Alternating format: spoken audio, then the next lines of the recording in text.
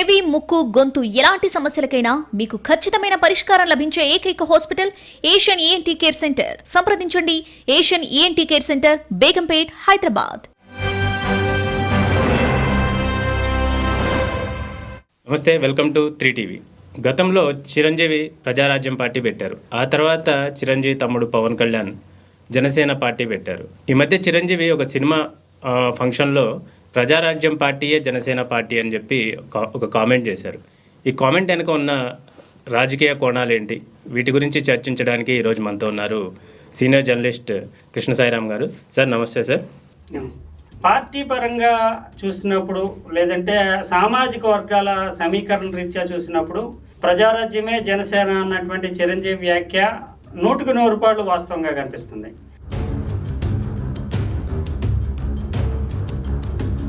చిరంజీవి రాజకీయాల రంగ ప్రవేశం చేసినప్పుడు 2008-9 ఎన్నికల్లోకి వచ్చినప్పుడు 2008లో పార్టీ పెట్టినప్పుడు చిరంజీవి ఏ ఊహతోటి రాజకీయాల్లోకి వచ్చారు.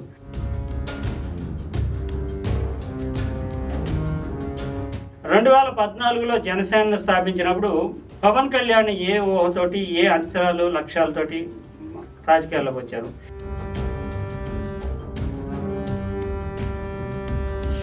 చిరంజీవి పెట్టిన ప్రజారాజ్యం పార్టీ, అలాగే పవన్ కళ్యాణ్ పెట్టిన జనసేన పార్టీ మధ్య భేదాలు, వ్యత్యాసాలు ఏంటి సార్?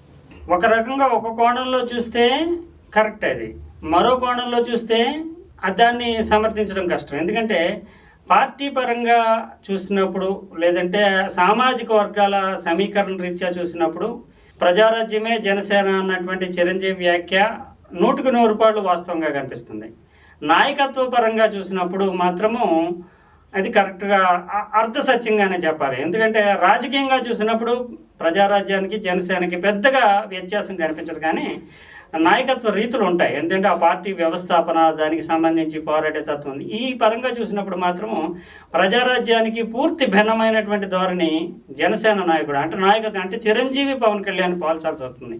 ఎందుకంటే చిరంజీవి రాజకీయాల రంగ ప్రవేశం చేసినప్పుడు 2008-9 ఎన్నికల్లోకి వచ్చినప్పుడు 2008లో పార్టీ పెట్టినప్పుడు చిరంజీవి ఏ ఊహతోటి రాజకీయాల్లోకి వచ్చారు. 2014లో జనసేనను స్థాపించినప్పుడు పవన్ కళ్యాణ్ ఏ ఊహతోటి, ఏ అంచనాలు, లక్ష్యాలతోటి రాజకీయాల్లోకి వచ్చారు. ఆశయాలు, లక్ష్యాలు ఒకటే అవ్వండొచ్చు, కానీ పోరాడే తత్వము, ఆ పార్టీ నిర్మాణానికి, లేదంటే ప్రజల్లో ఆ పార్టీని త్యాగాలతోటి ముందుకు తీసుకెళ్ళడానికి చేసినటువంటి కృషి, నాయకుడు వ్యవహరించినటువంటి తీరు, ఉద్యమాలు జరిపినటువంటి తీరు, ఆందోళనలు జరిపినటువంటి తీరు, ప్రతికూలమైనటువంటి పరిస్థితుల్లో పూర్తి నెగిటివ్ అట్మాస్ఫియర్లో కూడా పోరాడుతూ ముందుకెళ్ళినటువంటి తీరు, ఇవన్నీ కూడా చిరంజీవిని, పవన్ కళ్యాణ్ని పూర్తి స్థాయిలో వేరు చేసి చూపిస్తాయి. చిరంజీవి కూడా ఆశయాలు, లక్ష్యాలు పవన్ కళ్యాణ్కి ఒకటే అయి ఉండొచ్చు. కొంత సేవ చేయాలి, ప్రజాసేవ చేయాలి, తమ సిద్ధాంతాలకు అనుగుణంగా ప్రజా ప్రయోజనాల కోసం పనిచేయాలి, రాజకీయ అధికారం ద్వారా ఎంత మేరకు ప్రజలకు లేదా రాష్ట్రానికి ఉపయోగపడగలము అనేటటువంటి లక్ష్యాలతోటే వచ్చి ఉండొచ్చు. కానీ నిర్మాణం, పార్టీని మొదలు నడపడం వరకు చూస్తే కనుక నాయకత్వం అనేది ప్రధానమైనటువంటి పాత్ర పోషిస్తుంది. 2008లో చిరంజీవి ఆ ప్రజారాజ్యం పార్టీ పెట్టినప్పుడు అధికారం వచ్చేస్తుంది. అప్పుడు వైఎస్ రాజశేఖర రెడ్డి, చంద్రబాబు నాయుడు లాంటి మహామహులు, దిగ్గజాలు ఉన్నారు. అయినా కూడా మూడో శక్తిగా, సామాజిక సమీకరణల రీత్యా బలమైనటువంటి ప్రాతిపదిక ఉన్నటువంటి శక్తిగా ఖచ్చితంగా అధికారంలోకి వస్తుందనే ప్రజారాజ్యం పార్టీని స్థాపించారు. కానీ ఆశించినటువంటి ఫలితం రాకపోవడంతో చిరంజీవి ఒక లెక్క వేసుకున్నారు. అంటే ఈ పార్టీని నడపాలి, ముందుకంటే విమర్శలు చెయ్యాలి, రాజకీయాలు చెయ్యాలి, పోరాడాలి, రకరకాల కోణాల్లో తిట్లు తిట్టాలి, రెండింటికి సిద్ధమై ఉండాలి. అంతటి కొంత సెన్సిటివిటీ, అందరితోటి బాగుండాలి, అందరూ బాగుండాలి, అందరితోటి నేను బాగుండాలి, అంతా మంచిగా జరగాలి, ఎవరిని కూడా తిట్టకూడదు అనేటటువంటి ధోరణి, అంటే వ్యక్తిత్వ రీత్యా చాలా సెన్సిబుల్ అట్మాస్ఫియర్ కలిగినటువంటి వ్యక్తిగా మనం చిరంజీవిని చూడాలి. అందువల్ల ఈ రాజకీయాలు అనేటటువంటి పోరాటం, అందువల్ల ఈ పోరాటం ఎందుకు చేయాలి, ప్రజలు తనకు అవకాశం ఉన్నప్పుడు అనేటటువంటి ఉద్దేశంతో చిరంజీవి పార్టీని తీసుకెళ్లి కాంగ్రెస్లో చేరిపోయారు. అదంతా చరిత్ర.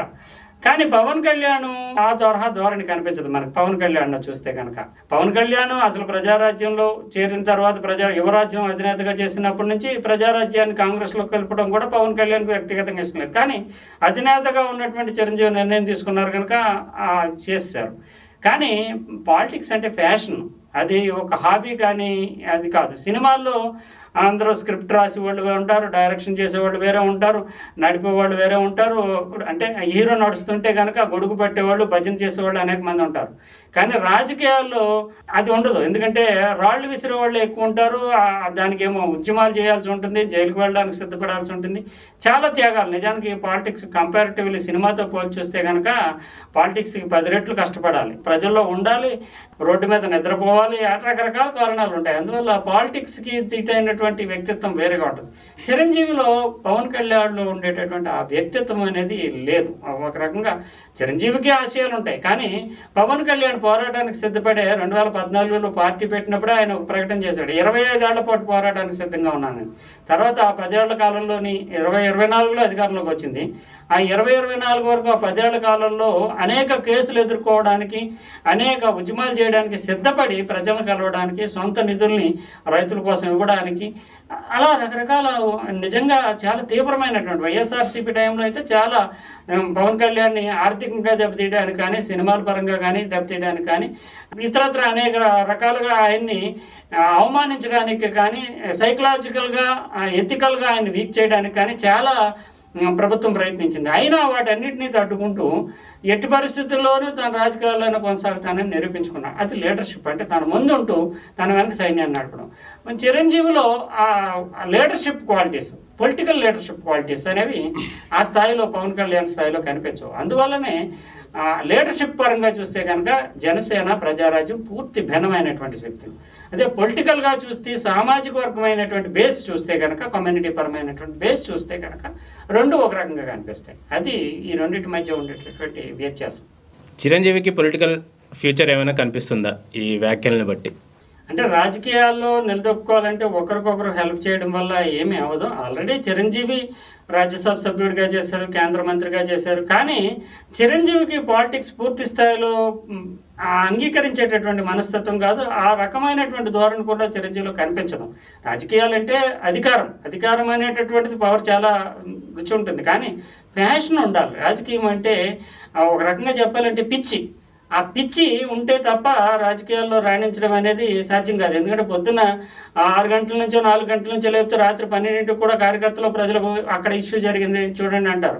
సినిమా హీరో అనుకోండి, ఆ షెడ్యూల్ పూర్తి చేసి వచ్చిన తర్వాత ఫోన్ కట్టుకుని పడుకున్నా ఎవరు అడగరు, స్టార్ హీరోకి భజన చేస్తారు. కానీ అది ఇప్పుడు చూస్తే కనుక జనసేన దేశంలోనే ఒక హిస్టారిక్ రికార్డు తోటి 100% స్ట్రైక్ రేట్తో నెగ్గడము, తర్వాత ఇటీవల కాలంలో ప్రధానమంత్రి నరేంద్ర మోడీ వంటి వాళ్ళు చిరంజీవిని పక్కన కూర్చోబెట్టుకోవడము, చిరంజీవికి అత్యంత ప్రాధాన్యం ఇవ్వడము, వీటన్నిటి కారణాల దృష్ట్యా మళ్ళీ మరోసారి రాజకీయాల్లో ఇంత ఉంది అనేటటువంటి ఒక సంతృప్తి స్థాయిని చూసిన తర్వాత చిరంజీవి మొగ్గు చూపొచ్చు. కానీ ప్రత్యక్షంగా ఆయన ఎన్నికల్లో పాల్గొనడం కానీ ఇదేమీ జరగదు. ఎందుకంటే నిపుణుల రాజ్యసభ నామినేటెడ్ కోటా ఉంటుంది కనుక ఆ తరహా కోటాలో గతంలో మనం చూసాము, చాలామంది పొందుతూ ఉంటారు ఆ తరహా కోటాలో నామినేషన్స్. ఇప్పుడు మనం ఇక్కడ చూస్తే కనుక విజేంద్ర ప్రసాద్, తర్వాత ఇళయరాజా, గతంలో చూస్తే కనుక సచిన్ టెండూల్కర్, లతా మంగేష్కర్, ఇలాంటి వాళ్ళకి రాజ్యసభలో కూర్చోబెట్టి ప్రత్యేకమైనటువంటి కోటా ఉంటుంది నామినేటెడ్గా.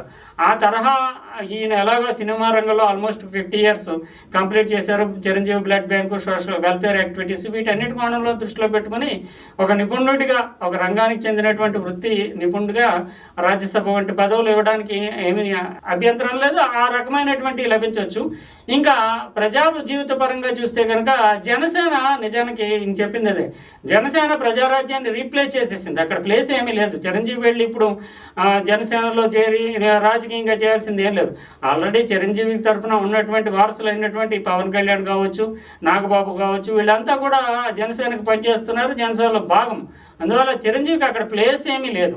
ఆ పరంగా, ఆ పార్టీ పరంగా చూస్తే కనుక మారల్ సపోర్ట్ అంటే మాస్టర్గా ఇది చేస్తే బాగుంటుందని ఒక గైడ్ లైన్స్ ఇచ్చేటటువంటి స్థాయిలో ఉన్నాడు కనుక పార్టీ పరంగా ఏం చేయాల్సింది ఏమీ లేదు. కానీ ఒక నైతికమైనటువంటి వెన్నుదన్నుగా, స్థైర్యంగా జనసేనకి ఆయన ఉపయోగపడతాడనే చెప్పాలి. అంతేకాకుండా జనసేనకి, ప్రజారాజ్యానికి సంబంధించి, పవన్ కళ్యాణ్కి, చిరంజీవికి సంబంధించి మరో వ్యత్యాసం కూడా. నిజానికి ఫ్యాషన్ అని ఎందుకు అంటున్నానంటే, పిచ్చి అని ఎందుకు అంటున్నానంటే, పవన్ కళ్యాణ్ 2014లో జనసేన పెట్టేటప్పటికి పవన్ కళ్యాణ్ నెంబర్ 1 హీరోగా ఉన్నారు. అంటే గబ్బర్ సింగ్ కావచ్చు, అత్తారింటికి దారేది కావచ్చు, ఇండస్ట్రీ హిట్స్ క్రియేట్ చేస్తున్నటువంటి దశలో కెరియర్ను వదిలేసుకుని తనకు రాజకీయమే కావాలి, రాజకీయాల్లోనే ఉండాలి అనుకుంటూ వచ్చారు. కానీ చిరంజీవి 2008లో వచ్చేసిన ఇంక చిరంజీవిని చూస్తే కనుక కంపేర్ చేస్తే కనుక చిరంజీవి మెగాస్టార్, ఇప్పటికీ మెగాస్టారే. ఇప్పుడు అమితాబ్ బచ్చన్ ఉన్నాడు, అమితాబ్ బచ్చన్ ఎప్పటికీ బిగ్ బిఏ, అంటే భారతదేశంలో పెద్ద స్టార్ ఎవరంటే అమితాబ్ బచ్చన్. కానీ నెంబర్ 1 స్టార్ అంటే అమితాబ్ బచ్చన్ కాదు, ఎప్పుడో 15-20 ఏళ్ళ నుంచే నెంబర్ 1 స్టార్ కాదు. అలాగే 2008 వచ్చేటప్పటికి చిరంజీవి నెంబర్ 1 స్టార్ కాదు, బిగ్ స్టార్. కానీ ఆ తరం హీరోలను పోల్చి చూస్తే చిరంజీవి, బాలకృష్ణ మాత్రమే కొంచెం ట్రాక్ రికార్డులో అప్పటికి బాగా ఉన్నారు. కానీ ఆ తరం హీరోలు అయినటువంటి వెంకటేష్ కానీ నాగార్జున కానీ ఆల్మోస్ట్ ఫేడ్ అవుట్ ఉన్నటువంటి దశలో ఉన్నారు. అందువల్ల చిరంజీవి కూడా నెక్స్ట్ జనరేషన్ వచ్చేసింది అప్పటికి. ఏంటంటే జూనియర్ ఎన్టీఆర్ కావచ్చు, తర్వాత బన్నీ కావచ్చు, మహేష్ బాబు, పవన్ కళ్యాణ్ కావచ్చు. మహేష్ బాబు, పవన్ కళ్యాణ్ చిరంజీవి తర్వాత శరకంలో వాళ్ళిద్దరు పెద్ద హీరోలుగా వచ్చేసారు, స్టార్ హీరోలుగా. తర్వాత బన్నీ, రామ్ చరణ్, జూనియర్ ఎన్టీఆర్, వీళ్ళ శకం వచ్చేసింది. అందువల్ల ఆయన స్టార్ హీరోయే, మెగాస్టారే, కానీ నెంబర్ 1 స్టార్ కాదు, రికార్డులు బద్దలు కొట్టే పరిస్థితి లేదు. సో పొలిటికల్ కెరియర్ అంటే సినిమా కెరియర్ ఎండ్ దశలో పొలిటికల్ కెరియర్ని ఆప్షన్గా ఎంచుకుంటూ ఇంకా సమాజానికి నేను సేవ చేయాలి, ఇంకా చాలు సినిమా రంగానికి అనుకునే దశలో చిరంజీవి రంగప్రవేశం చేశారు. కానీ ఆయన ఆశించింది లభించకపోవడంతో మళ్ళీ బయటకు వచ్చేసినటువంటి పరిస్థితి నుండి మళ్ళీ సినిమా అనేది అభిరుచి కనుక దాంట్లో రంగప్రవేశం చేశారు. అది వేరే రకం కోణం. కానీ పవన్ కళ్యాణ్ బయటకు వచ్చేటప్పటికి ఆయన నెంబర్ 1 హీరో. ఆ నెంబర్ 1 హీరోని వదిలేసుకుని ఇంకా చాలా వరుస కట్టు క్యూలో ఉన్నాయి పిక్చర్లు, ఆయన వదిలేసుకుని తన ఫ్యాషన్ అనేది ఎక్కడ ఉంది, పాలిటిక్స్లో ఉంది తప్ప సినిమాలో లేదు అనుకుని వచ్చాడు. చిరంజీవికి పవన్ కళ్యాణ్కి ఈ తేడా కూడా కనిపిస్తుంది. మనకి పవన్ కళ్యాణ్ కంపేర్ చేస్తే ఈ విషయంలో ఎన్టీ రామారావు తోటి కంపేర్ చేయాలి. ఎందుకంటే ఎన్టీ రామారావు కూడా 80sలో ఆయన బయట అడుగు పెట్టేటప్పటికి నెంబర్ 1 హీరో. ఎందుకంటే అప్పుడు ఉన్నటువంటి సినిమాలు విడుదలైనటువంటి మన దేశం కావచ్చు, బొబ్బరిపల్లి కావచ్చు, జస్టిస్ చౌదరి కావచ్చు, ఈ కొండవీటి సింహం కావచ్చు, అంటే అతనికి ఎదురు లేనటువంటి స్థితిలో నెంబర్ 1 హీరోగా ఉంటూ కూడా, అయితే వయసు రీత్యా 60 ఏళ్ళు చూసుకుని వయసు రీత్యా ఇంకా తాను సినిమాల్లో కొనసాగడం అనేది కరెక్ట్ కాదు. ఈ నెంబర్ 1 పొజిషన్లోనే మళ్ళీ రాజకీయ రంగంలోకి రావాలనుకుంటూ ఎన్టీ రామారావు నెంబర్ 1 పొజిషన్ వదిలేసుకుని సినిమా రంగంలో రాజకీయ రంగ ప్రవేశం చేశారు. ఆయన సక్సెస్ అయ్యాడు. కానీ ఇక్కడ చిరంజీవి వచ్చేటప్పటికి ఆ నెంబర్ 1 పొజిషన్ అప్పటికి అతనికి లేదు. లేకపోయినప్పటికీ ఇంక సమాజంలో ప్రవేశించాలి, ఇంక వదిలేద్దాం అనుకుని వచ్చారు. పవన్ కళ్యాణ్ నెంబర్ 1 పొజిషన్ వదిలేసుకుని రాజకీయ రంగ ప్రవేశం చేశారు. ఈ వ్యత్యాసం వీళ్ళిద్దరి మధ్య స్పష్టంగా మనకి కనిపిస్తుంది.